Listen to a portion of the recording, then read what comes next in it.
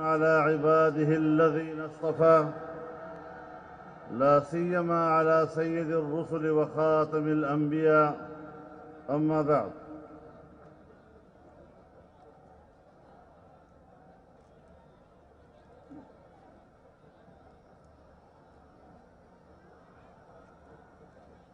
Pakistan democratic movement کے یہاں stage پر موجود تمام معزز قائدین، بزرگان ملت، میرے دوستوں، میرے بھائیوں، میری بہنوں،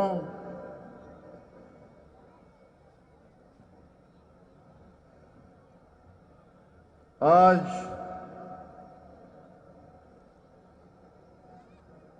ہم سب کے لیے جو اس اجتماع میں موجود ہیں بڑی سعادت کی بات ہے کہ ہم ایسے لمحات میں اکٹھے ہیں جب ربیع الاول کا چاند بھی نظر آ گیا ہے اور ربیع الاول کی پہلی رات ہے۔ سب مل کر اس مناسبت سے جناب رسول اللہ صلی اللہ علیہ وسلم کی حضور درود شریف پڑھ لیجیے۔ اللہم صلی علی سیدنا۔ یہ پاکستان عشاق رسول کا پاکستان ہے۔ یہاں ناموس رسالت پر، ان کی ختم نبوت پر، ان کے صحابہ کرام اور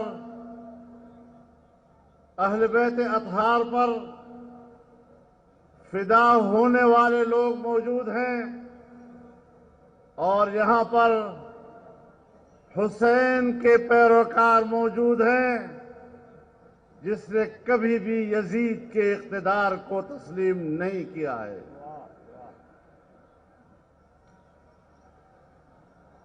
میرے محترم دوستو،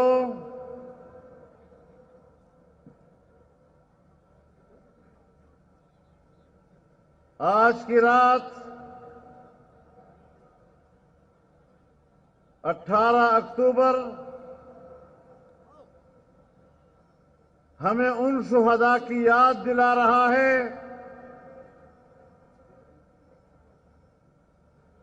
جب آپ محترمہ بے نظیر بھٹو صاحبہ کے استقبال کے لیے جمع تھے اور اس قافلے پر خودکش قاتلانہ حملہ کیا گیا جس میں ان کے 200 سے زیادہ جانثار شہید ہوئے، سینکڑوں کی تعداد میں لوگ معذور ہو گئے۔ آج اس اجتماع کی وساطت سے میں ان تمام شہداء اور اس سانحہ میں متاثر ہونے والے لوگوں اور ان کے خاندانوں کے خدمت میں خراج عقیدت پیش کرتا ہوں۔ میں آج آپ کا وہ قرض بھی چکانا چاہتا ہوں جب اسی مہینے کے آخر میں یہاں کراچی سے ہم نے آزادی مارچ کا آغاز کیا تھا اور آپ نے نہایت خلوص کے ساتھ اور محبت کے ساتھ اور بھرپور یکجہتی کے ساتھ ہمیں کراچی سے صرف رخصت نہیں کیا، پورے سندھ میں تمام راستوں میں آپ نے ہمارا استقبال کیا، پنجاب کی سرزمین نے ہمارا استقبال کیا، اور اسلام آباد میں 14 دن تک تمام قائدین ہمارے ساتھ سٹیج پر موجود رہے۔ آج مجھے موقع مل رہا ہے کہ میں آپ کا شکریہ ادا کروں اور آپ کا وہ حق ادا کر سکوں۔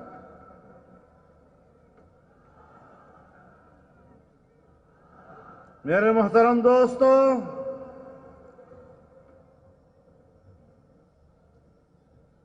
پاکستان ڈیموکریٹک موومنٹ در حقیقت آزاد جمہوری فضاؤں کو بحال کرنا ہے۔ 2 سال سے ہم میدان کارزار میں ہیں۔ ہمیں مجبور کیا جا رہا ہے کہ ہم دھاندلی کے نتیجے میں اور بدترین دھاندلی کے نتیجے میں قائم کی ہوئی حکومت کو تسلیم کر لیں، لیکن تمام مراحل گزر گئے۔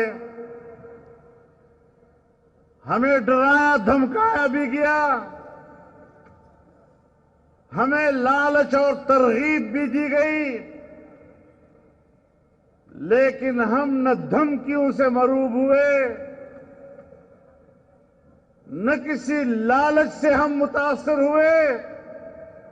آج بھی اپنے موقف پہ قائم ہیں اور اعلان کہتے ہیں کہ ہمیں یہ کٹ پتلی حکومت قبول نہیں ہے اور ہم اس کے ہاتھ پر بیعت کرنے کے لیے تیار نہیں ہیں۔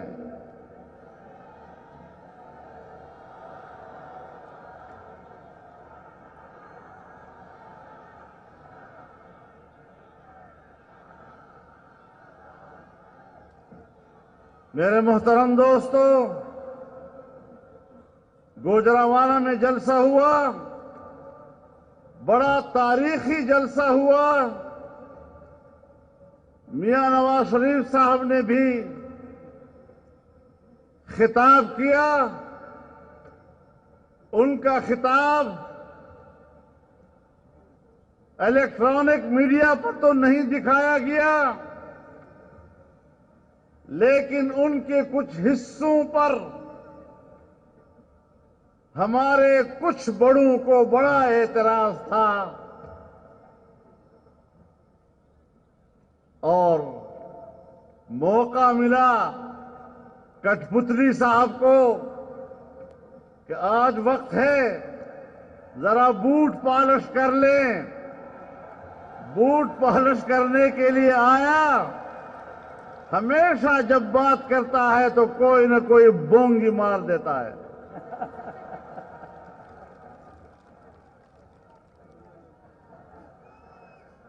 اب وہ کہنا تو یہ چاہتا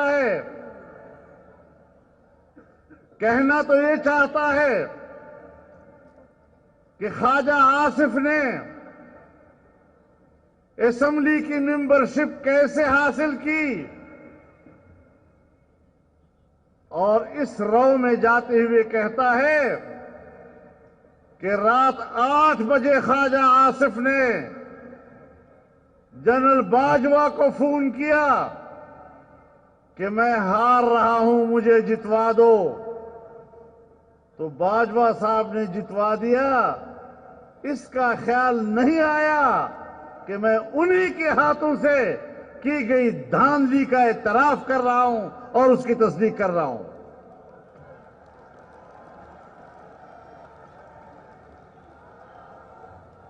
باجوہ صاحب، آپ ہمارے لیے قابل احترام ہیں، لیکن بے وقوف دوست سے تو بچنے کی کوشش کر لو۔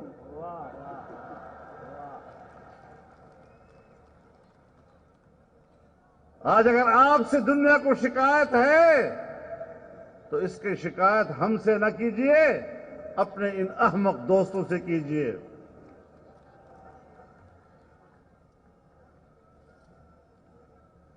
میرے محترم دوستو،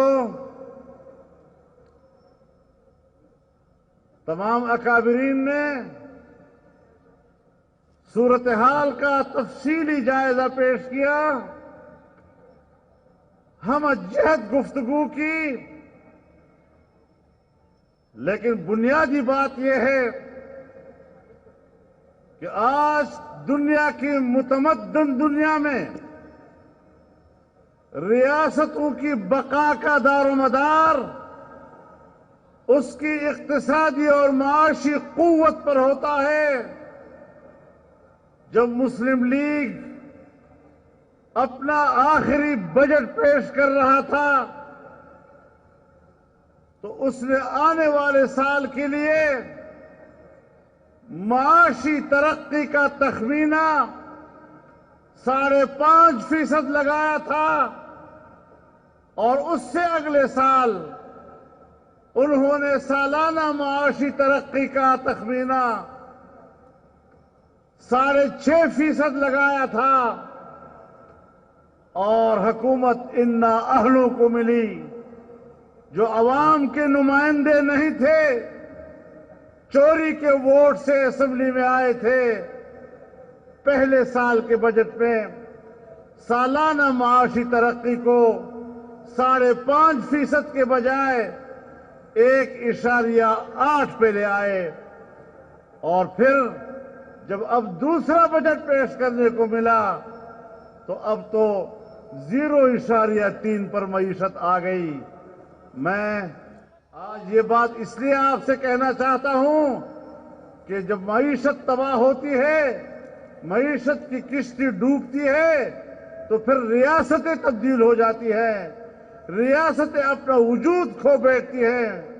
سوویت یونین کی مثال سب دنیا کے سامنے ہے، آج بھی وہ دفاعی لحاظ سے سپر طاقت ہے، ویٹو پاور ہے، لیکن معاشی لحاظ سے جب وہ تباہ ہو گیا تو اپنا وجود برقرار نہیں رکھ سکا اور واپس رشین فیڈریشن کی طرف چلا گیا۔ یقین جانیے یہ لوگ جو یہاں بیٹھے ہیں یہ آج پاکستان کی بقا کی جنگ لڑ رہے ہیں، یہ پاکستان کے تحفظ کی جنگ لڑ رہے ہیں، پاکستان کے آئین کی تحفظ کی جنگ لڑ رہے ہیں۔ آئین نے جس جمہوریت کا تعین کیا ہے اس جمہوریت کی جنگ لڑ رہے ہیں، اور جن قوتوں نے کہا کہ آپ اس حکومت کو تسلیم کر لیں، یہ تو ممکن نہیں کہ ہم اس حکومت کو تسلیم کریں۔ آپ سے یہ بات ہم منوائیں گے کہ غلطی ہوئی ہے اور ہم معافی مانگتے ہیں اور آئندہ یہ غلطی نہیں دہرائیں گے۔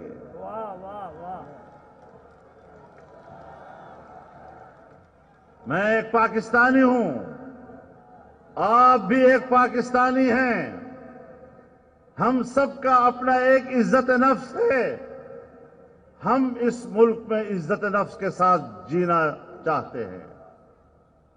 عزت نفس کو قربان کر کے ہم نے زندگی گزارنا نہیں سیکھا۔ میری نسبت برصغیر کے ان اسلاف اور ان اکابرین کے ساتھ ہے جنہوں نے 150 سال تک فرنگی استبداد کے خلاف آزادی کی جنگ لڑی ہے۔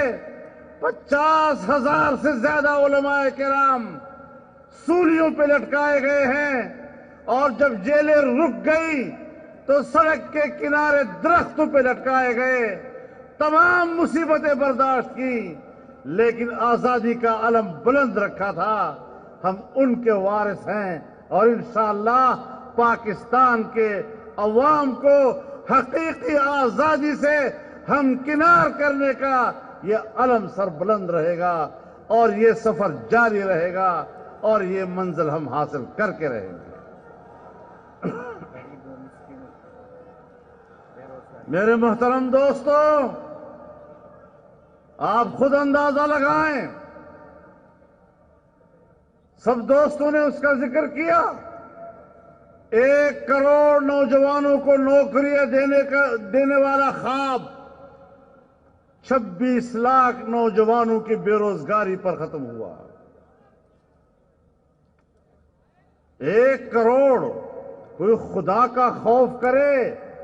جب سے پاکستان بنا ہے سن 1947 سے لے کر آج تک شاید ہمارے ملک کے کل ملازمین وہ ان کی تعداد 1 کروڑ تک نہ پہنچے.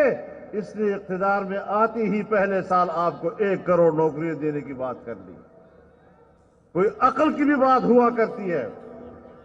جب 47 سال 72 سالوں سے پاکستان کے ملازمین کی تعداد آج بھی 1 کروڑ تک مشکل سے پہنچ رہی ہے, ایک دن میں آپ 1 کروڑ نوکریاں کیسے دیں؟ میرے نوجوان کو بھی سوچنا چاہیے کہ آنکھیں بند کر کے ایسے لوگوں پر اعتماد کیوں کیا جاتا ہے. میرے محترم دوستو,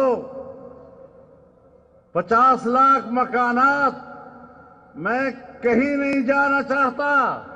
میں صرف کراچی میں رہ کر بات کرنا چاہتا ہوں.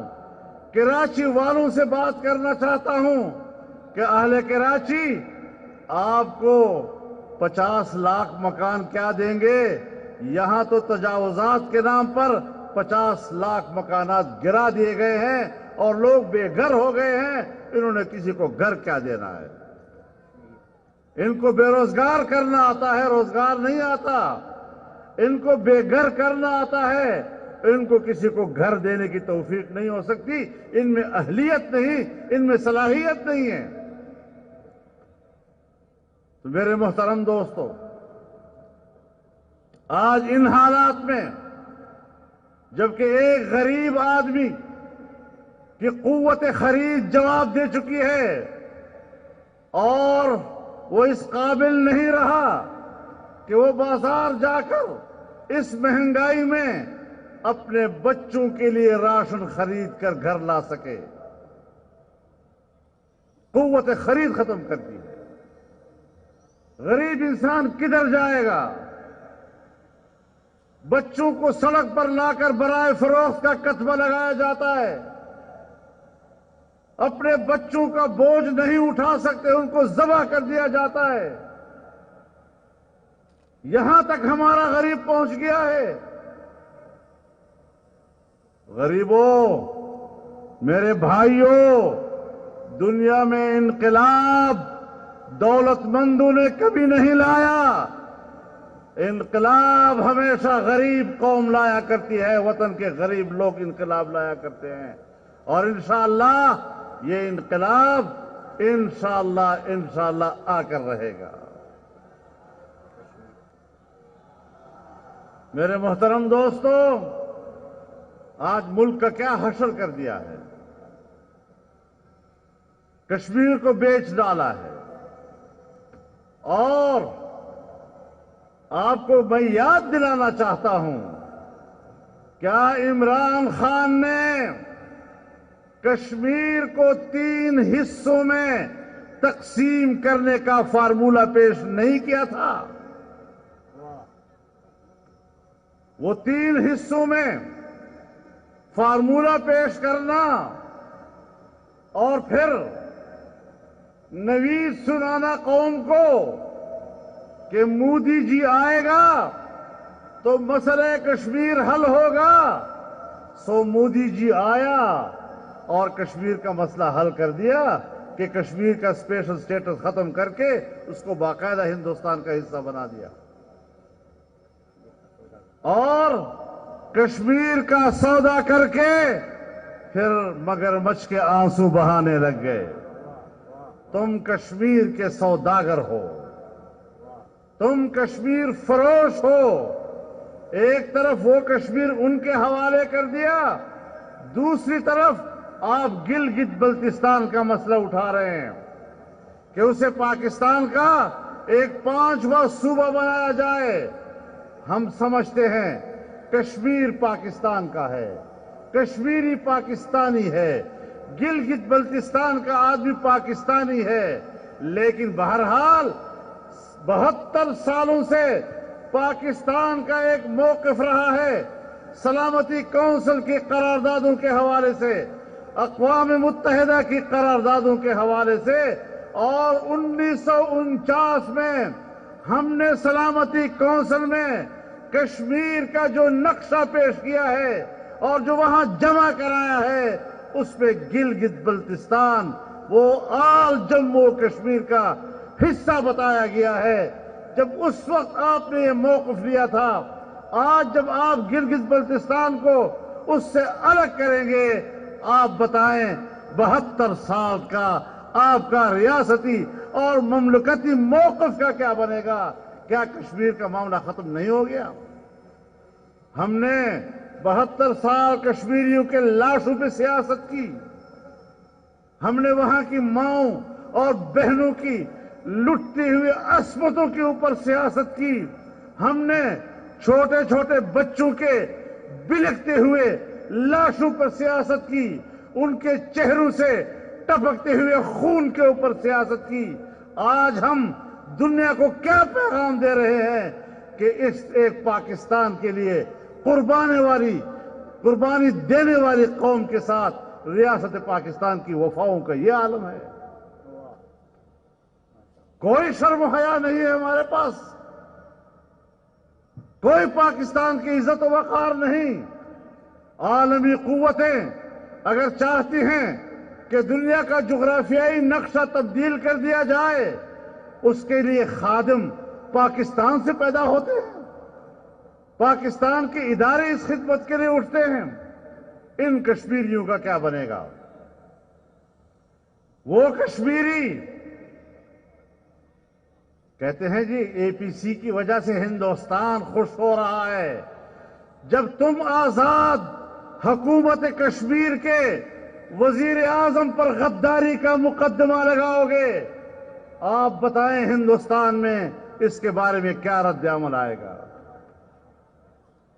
کشمیر کے وزیر اعظم پر غداری کا مقدمہ ہندوستان کی اور مودی جی کی خوشنودی اس سے بڑھ کر اور کیا ہو سکے گی کہ آپ وہ ملک جو کشمیر کے نام پہ جنگ لڑ رہا ہے، کشمیریوں کے حق کی جنگ لڑ رہا ہے، وہ اسی کے نمائندہ وزیر اعظم کے اوپر غداری کا مقدمہ چلا رہا ہے۔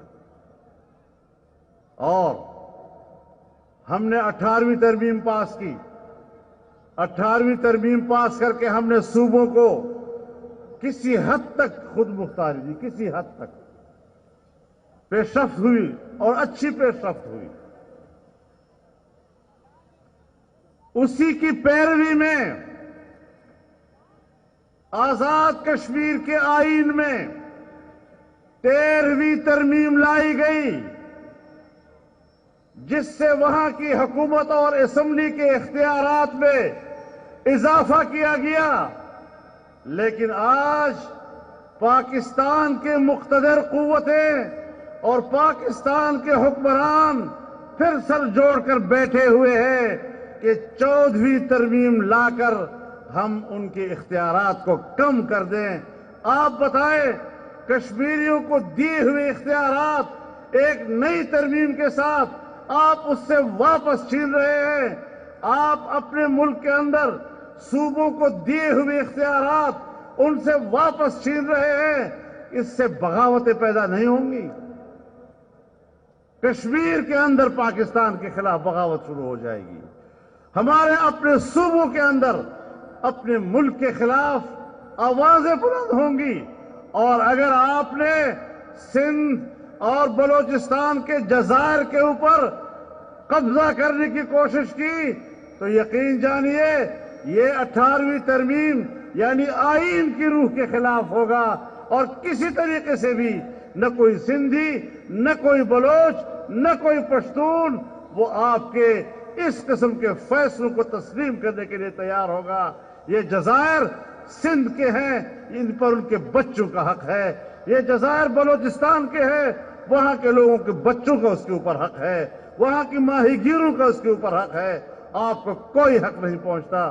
اور اس حوالے سے ہم خود آل پارٹیز کانفرنسز کر چکے ہیں، 4 صوبوں میں کر چکے ہیں، اور اس بات پر پورا اتفاق رائے تمام سیاسی جماعتوں کے اندر موجود ہے کہ 8ویں ترمیم کا تحفظ کیا جائے گا، صوبوں کے حقوق کا تحفظ کیا جائے گا، اور NFC ایوارڈ، جس طرح آئین کہتا ہے کہ صوبوں کے حقوق میں اضافہ تو ہو سکتا ہے، کمی نہیں کی جا سکے گی، ایسے کوئی ترمیم تسلیم نہیں کی جائے گی کہ جس سے آپ چھوٹے صوبوں کے حقوق میں کمی لا سکیں۔ اس پر کوئی کمپرومائز نہیں ہوگا۔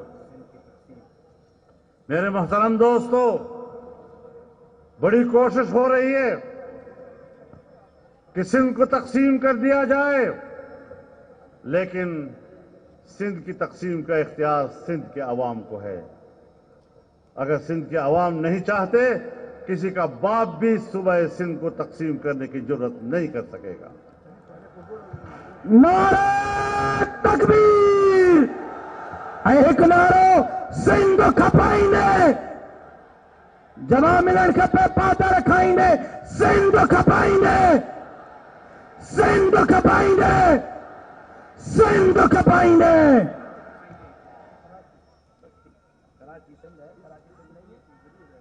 میرے محترم دوستو، آج ہر شعبہ زندگی کرب میں مبتلا ہے۔ چھوٹے ملازمین ہوں، میڈیکل ہیلتھ ورکرز ہوں، اساتذہ ہوں، وکلاء ہوں، تاجر ہوں، دکاندار ہوں، یہاں تک کہ صنعت کار ہوں، مزدور اور کسان ہو، ایک ایک طبقہ میدان میں نکلا ہوا ہے، احتجاج کی آواز بلند کیے ہوئے ہے، اسلام آباد تک پہنچ جاتے ہیں، کئی روز وہاں پر دھرنا دے رہے ہوتے ہیں، اپنی چیخ پکار پوری دنیا تک پہنچانا چاہتے ہیں۔ پوری دنیا ان کی آواز کو سنتی ہے، لیکن ساتھ میں ایک بنگلے کے اندر بیٹھا ہوا ایک بہرا وزیر اعظم ان کی بات نہیں سنتا، بہرا بھی ہے، جعلی بھی ہے۔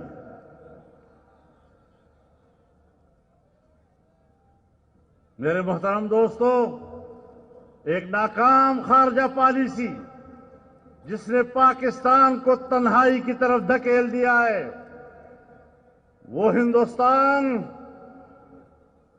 وہاں پر بی جے پی کی حکومت تھی، واجپئی جی ان کا وزیر اعظم تھا، پاکستان کی معیشت مضبوط تھی، وہ پاکستان سے تجارت کرنا چاہتا تھا، وہ پاکستان آیا، مینار پاکستان پر کھڑا ہو کر اس نے پاکستان کو سلامی دی۔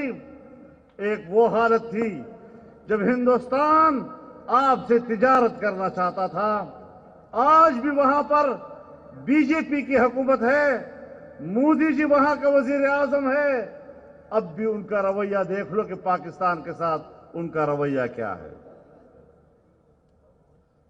وہ چائنا جس کی دوستی کو ہم ایسی دوستی سمجھتے تھے کہ ہمالیہ سے بلند، بحر الکاہل سے گہری، شہد سے زیادہ میٹھی، اور 70 سالوں کے بعد ہماری وہ دوستی ایک اقتصادی دوستی میں تبدیل ہو گئی۔ اس نے پاکستان میں 60 سے 70 ارب ڈالر انویسٹ کیے اور یہاں پر سرمایہ کاری کی، یہاں پر آپ کو بجلی گھر بنانے کے لیے انہوں نے آپ کو فنڈ عطا کیے، انہوں نے آپ کو یہاں پر مختلف مقامات میں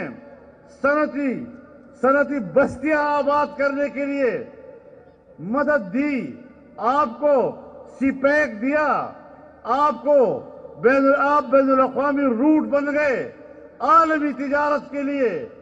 لیکن اس تمام تر سفر کو آج اگر روکا ہے تو یہ کس نے روکا؟ اس گورنمنٹ نے روکا ہے۔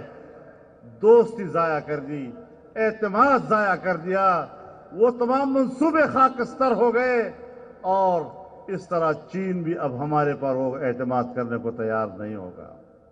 تو ہندوستان پہلے سے آپ کا دشمن، چین کا اعتماد بھی ٹوٹ گیا، اور افغانستان کا وہ پیسہ جب ہمارے 1 روپے کے مقابلے میں اس کا 1000 روپیہ افغانی کہلاتا تھا، آج اس کا افغانی روپیہ پاکستان کے روپے سے زیادہ مستحکم ہو گیا ہے، وہ بھی پاکستان کی طرف تجارت کا ہاتھ نہیں بڑھا رہا ہے۔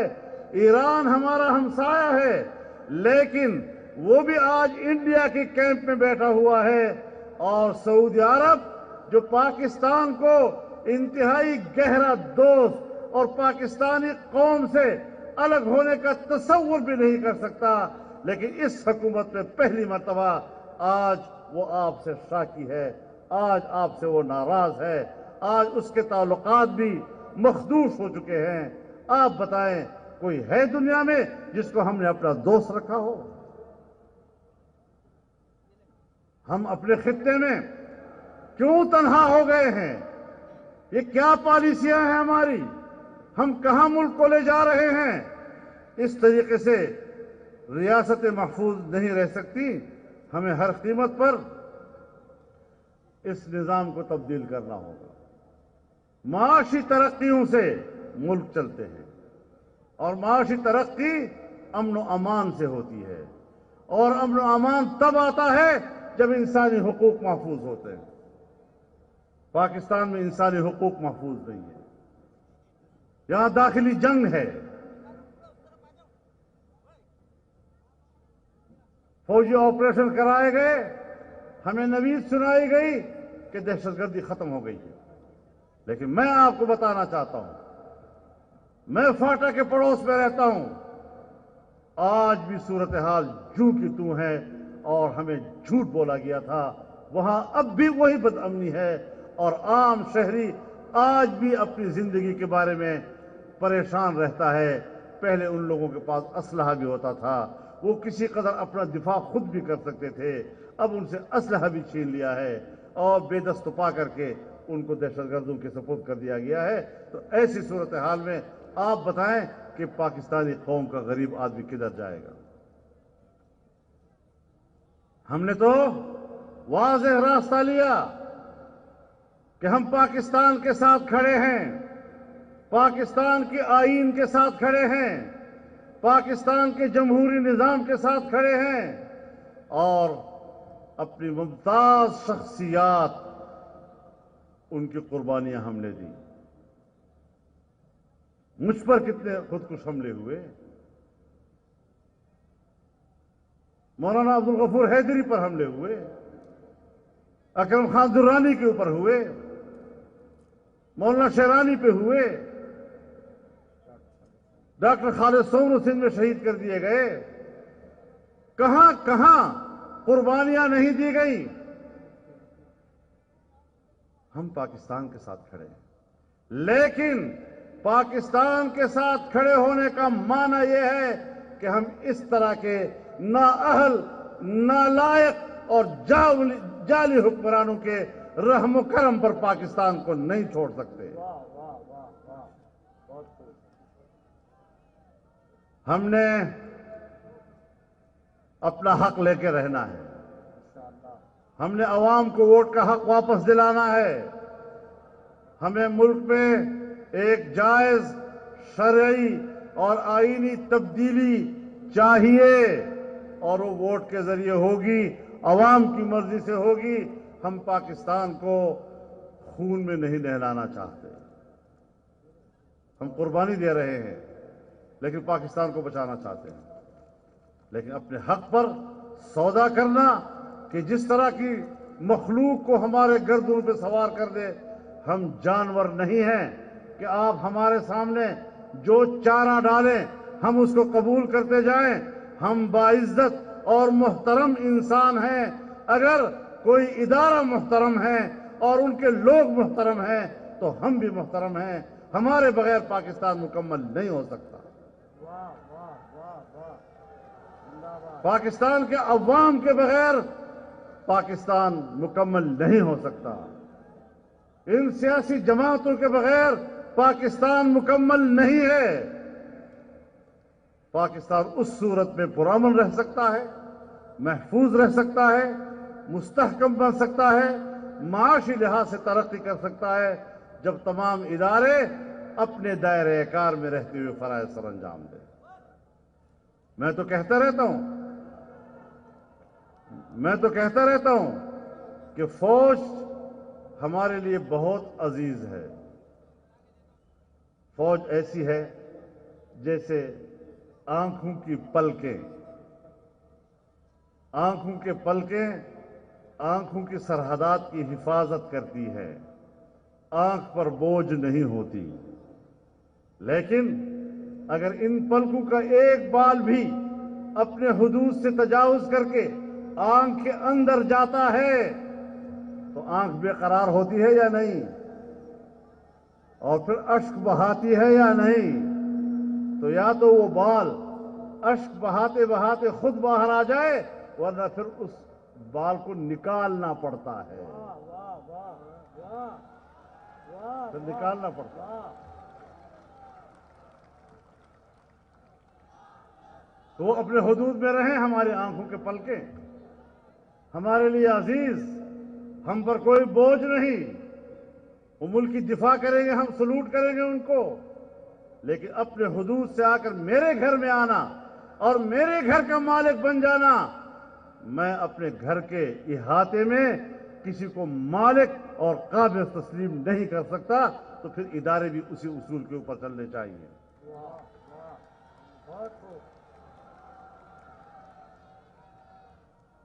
تو میرے محترم دوستو, جو بھی باتیں آپ سے کی گئی ہیں, معاشی حوالے سے کی گئی ہے, داخلی حوالے سے کی گئی ہے, گڈ گورننس کا کوئی نام نشان اب نہیں رہا ہے.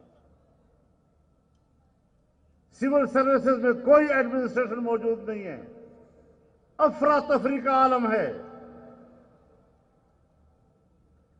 اور دنیا کہتی ہے, ہم نہیں کہتے, دنیا کہتی ہے کہ جو کرپشن کو مٹانے آئے تھے ان کے 2 سالہ دور حکومت میں کرپشن 3 اور 4% بڑھ گئی ہے.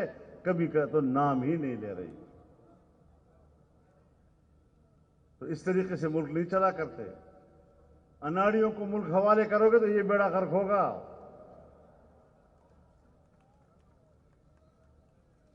تم نے لوگوں میں کہا یہ لوگ چور ہیں, چور ہیں, چور ہیں, چور ہیں, بدنام بھی کیا. آپ اس موجودہ حکومت کی برکت سے لوگ انہی کو دوبارہ مانگ رہے ہیں کہ انہی کو واپس لے آؤ. کم از کم کھانے پینے کو تو کچھ ملتا تھا.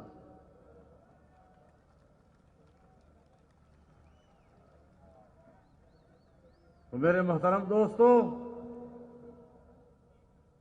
ہم ایک میدان میں ہیں, ایک محاذ پر ہیں. اس محاذ پر ہم ڈٹے ہوئے ہیں اور تمام سیاسی قوتیں ایک پلیٹ فارم پر ہیں, اور انشاءاللہ یہ جنگ ہم جیت کر رہیں گے. یہ حق ہم حاصل کر کے رہیں گے. پاکستان کی حفاظت ہوگی, اسلام کی حفاظت ہوگی, جمہوریت کی حفاظت ہوگی, آئین کی حفاظت ہوگی. اور اس مقصد کے لیے ہم نے آگے بڑھنا ہے. ہمارے اندر نظریاتی اختلاف ہو سکتے ہیں, لیکن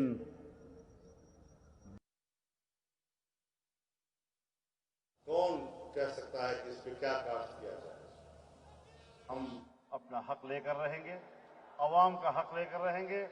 آپ انشاءاللہ دعا بھی کریں گے اور دوا بھی کریں گے. آپ کا جذبہ, آپ کا خلوص انشاءاللہ ایک نئی دنیا کو متعارف کرائے گا. ایک انقلاب. میں ایک بار پھر جناب بلاول بھٹو صاحب کا, پاکستان پیپلز پارٹی کا شکر گزار ہوں کہ انہوں نے ہر سال کارساز کے شہداء کے حوالے سے جلسہ وہ PDM کے حوالے سے کیا اور تمام جماعتوں کو اس میں دعوت دی. انشاءاللہ 25 اکتوبر کو کوئٹہ میں بہت بڑا جلسہ عام ہوگا, عظیم الشان اجتماع ہوگا, اور اس کے بعد پورے ملک کے اندر یہ سلسلہ بڑھے گا. انشاءاللہ ہم اس سفر کو جاری رکھیں گے. اللہ ہمارا حامی و ناصر ہو. وآخر دعوانا ان الحمدللہ رب العالمین.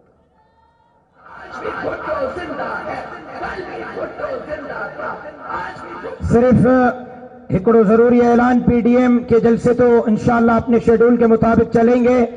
نومبر شہید علامہ خالد محمود سمبرو کی شہادت کا مہینہ ہے. ہر سال ان کے یاد میں جلسہ ہوتا ہے.